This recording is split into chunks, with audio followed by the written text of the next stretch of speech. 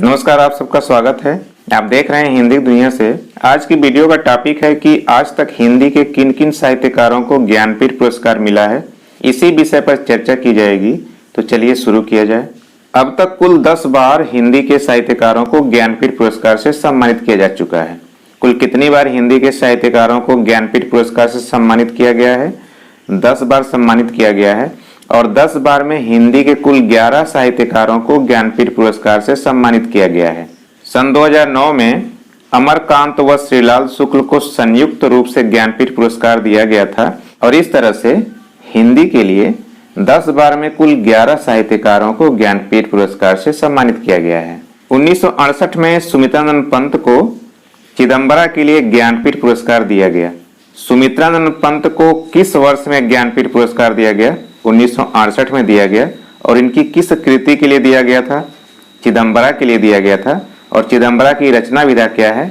तो चिदंबरा एक काव्य संग्रह है और चिदंबरा 1958 में प्रकाशित हुई थी। चिदंबरा काव्य संग्रह कब प्रकाशित हुआ था? चिदंबरा काव्य संग्रह 1958 में प्रकाशित हुआ था। और 1968 में जो ज्ञानपीठ पुरस्कार दिया गया था, वर्ष क्रम में वह चौथा ज्ञानपीठ पुरस्कार था, लेकिन यह हिंदी के लिए पहला ज्ञानपीठ पुरस्कार था। तो ज्ञानपीठ पुरस्कार पाने वाले हिंदी के पहले साहित्यकार सुमित्रानंद पंत हैं। हिंदी के पहले ज्ञानपीठ विजेता कौन हैं? सुमित्रानंद पंत हैं। सुमित्रानंद पंत छायावाद के 4 प्रमुख स्तंभों में से एक हैं। जयशंकर प्रसाद, सुमित्रानंद पंत, सूर्यकांत त्रिपाठी निराला और महादेवी वर्मा को छायावादी युग के 4 प्रमुख स्तंभों में माना जाता है। हिंदी के लिए दूसरे ज्ञानपीठ विजेता रामधारी सिंह दिनकर हैं।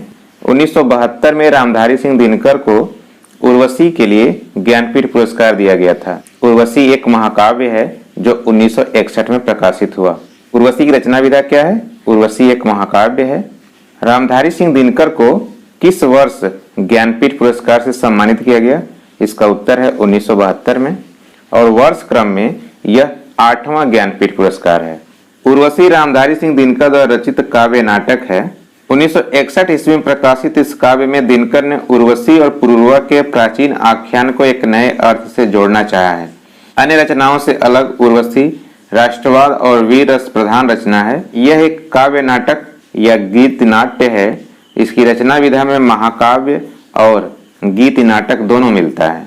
हिंदी के तीसरे ज्ञानपीठ विजेता अज्ञेय हैं। अज्ञेय का पूरा नाम है सच्चिदानंद हीरानंद वात्स्यायन अज्ञेय और इनको 1978 में ज्ञानपीठ पुरस्कार से सम्मानित किया गया था। अज्ञेय को कितनी नावों में कितनी बार के लिए ज्ञानपीठ पुरस्कार दिया गया था और कितनी नावों में कितनी बार कविता संग्रह है। इस कविता संग्रह में अज्ञेय की 1962 से 1966 के बीच की रचित कविताओं का संग्रह है और वर्ष क्रम में यह 14वां ज्ञानपीठ पुरस्कार है और हिंदी के लिए यह तीसरा ज्ञानपीठ पुरस्कार है। हिंदी की चौथी ज्ञानपीठ विजेता महादेवी वर्मा हैं और इनको 1982 का ज्ञानपीठ पुरस्कार दिया गया था।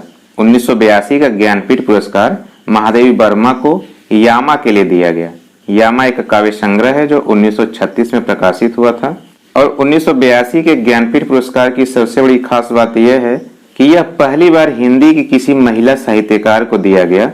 तो इस तरह से महादेवी वर्मा ज्ञानपीठ पुरस्कार पाने वाली हिंदी की पहली महिला साहित्यकार हैं और वर्ष क्रम में यह 18वां ज्ञानपीठ पुरस्कार है। 1982 का जो ज्ञानपीठ पुरस्कार है वह 18वां ज्ञानपीठ पुरस्कार है और हिंदी के लिए यह चौथा ज्ञानपीठ पुरस्कार है। महादेवी वर्मा छायावाद युग की 4 प्रमुख स्तंभों में से एक हैं, जैसा कि पीछे चर्चा हो चुकी है। ज्ञानपीठ पुरस्कार पाने वाली सबसे पहली महिला आशापूर्णा देवी हैं जो बांग्ला भाषा की साहित्यकार हैं। हिंदी के 5वें ज्ञानपीठ विजेता नरेश मेहता हैं। नरेश मेहता को 1992 का ज्ञानपीठ पुरस्कार साहित्य में समग्र योगदान के लिए दिया गया। 1983 से ज्ञानपीठ पुरस्कार साहित्य में समग्र योगदान के लिए दिया जाने लगा। 1982 तक जब महादेवी वर्मा ने ज्ञानपीठ पुरस्कार जीता था, उस समय तक किसी कृति विशेष के लिए ज्ञानपीठ पुरस्कार दिया जाता था, लेकिन 1983 से लेखकों को साहित्य में समग्र योगदान के लिए ज्ञानपीठ पुरस्कार दिया जाने लगा।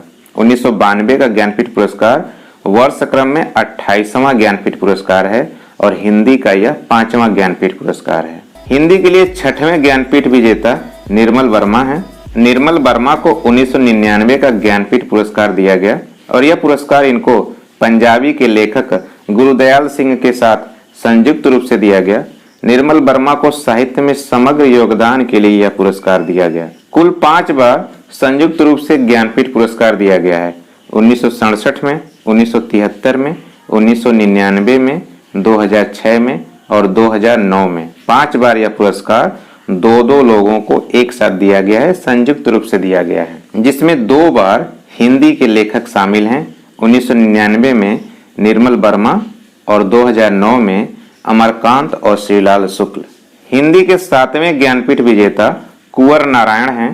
कुंवर नारायण को 2005 में साहित्य में समग्र योगदान के लिए ज्ञानपीठ पुरस्कार दिया गया और यह पुरस्कार वर्ष क्रम में 41वां ज्ञानपीठ पुरस्कार है और हिंदी के लिए यह 7वां ज्ञानपीठ पुरस्कार है। 2005 से ही पुरस्कार राशि बढ़कर 7 लाख हो गई और कुंवर नारायण 7 लाख रुपए का ज्ञानपीठ पुरस्कार पाने वाले पहले विजेता हैं। हिंदी के 8वें ज्ञानपीठ विजेता अमरकांत और श्रीलाल शुक्ल हैं।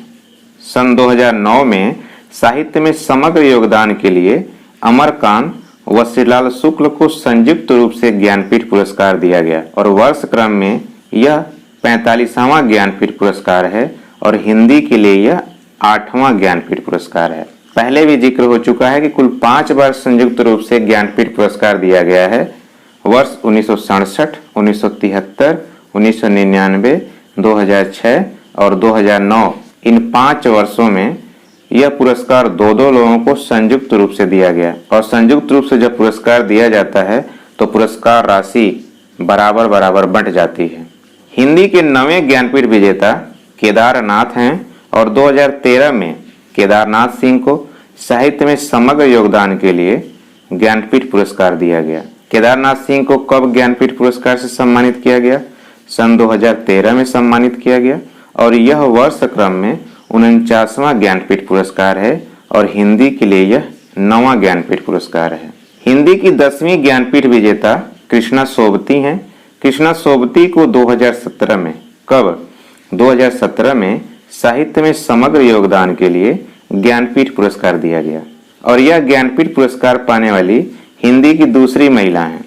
कृष्णा सोबती हिंदी की दूसरी महिला हैं जिनको ज्ञानपीठ पुरस्कार मिला है और पहली महिला कौन है?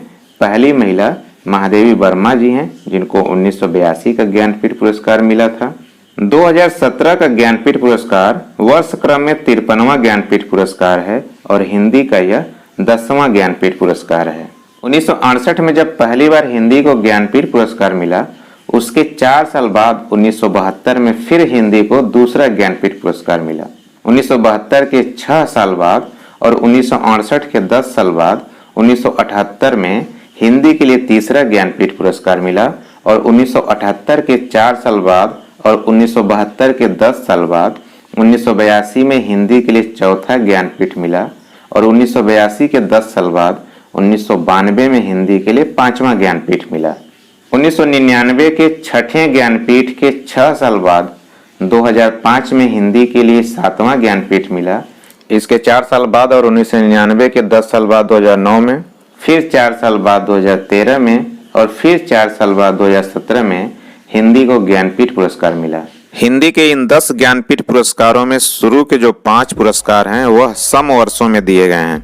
1968, 1972, 1978, 1982 और 1992 ये वर्ष 2 से विभाजित होने वाली संख्याएं हैं। बाद के 5 ज्ञानपीठ विषम वर्षों में दिए गए हैं। 1999, 2005, 2009, 2013 और 2017 ये सब सन 2 से विभाजित नहीं होते हैं, विषम वर्ष हैं। तो इस तरह से भी वर्ष को याद रखा जा सकता है। किस वर्ष में किस लेखक को ज्ञानपीठ पुरस्कार से सम्मानित किया गया, यह बहुत जरूरी है, परीक्षाओं में अक्सर पूछा जाता है।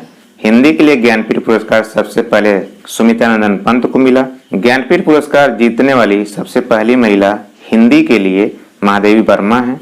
हिंदी की दूसरी महिला जिनको ज्ञानपीठ पुरस्कार मिला है वह कृष्णा सोबती हैं। हिंदी के पहले लेखक जिनको संयुक्त रूप से ज्ञानपीठ पुरस्कार से सम्मानित किया गया वह 1999 में ज्ञानपीठ पुरस्कार से सम्मानित होने वाले निर्मल वर्मा हैं और 2009 में फिर हिंदी के 2 लेखकों को एक साथ संयुक्त रूप से ज्ञानपीठ पुरस्कार मिला, अमरकांत और श्रीलाल शुक्ल को। तो सारी चीजें इंपॉर्टेंट हैं, इनको आप लोग याद रखिए। अब एक प्रश्न आपके लिए, इसका उत्तर आप लोग कमेंट बॉक्स में दीजिए। प्रश्न है कि अमरकांत के साथ किस लेखक को संयुक्त रूप से ज्ञानपीठ पुरस्कार दिया गया था? विकल्प हैं श्रीलाल शुक्ल, केदारनाथ सिंह, कुंवर नारायण, निर्मल वर्मा। तो दोस्तों उम्मीद है कि यह वीडियो को पसंद आई होगी। वीडियो अगर पसंद आई है तो लाइक कीजिए, कमेंट कीजिए और वीडियो को शेयर कीजिए। और अगर आप हमारे चैनल पर नए हैं तो हमारे चैनल को सब्सक्राइब कीजिए। सब्सक्राइब करने के बाद बेल आइकन को प्रेस करना मत भूलिएगा, ताकि न्यू वीडियोज के अपलोड होने की सूचना आपको तुरंत मिले। मिलते हैं अगले वीडियो में, तब तक के लिए नमस्कार। आपका दिन शुभ हो।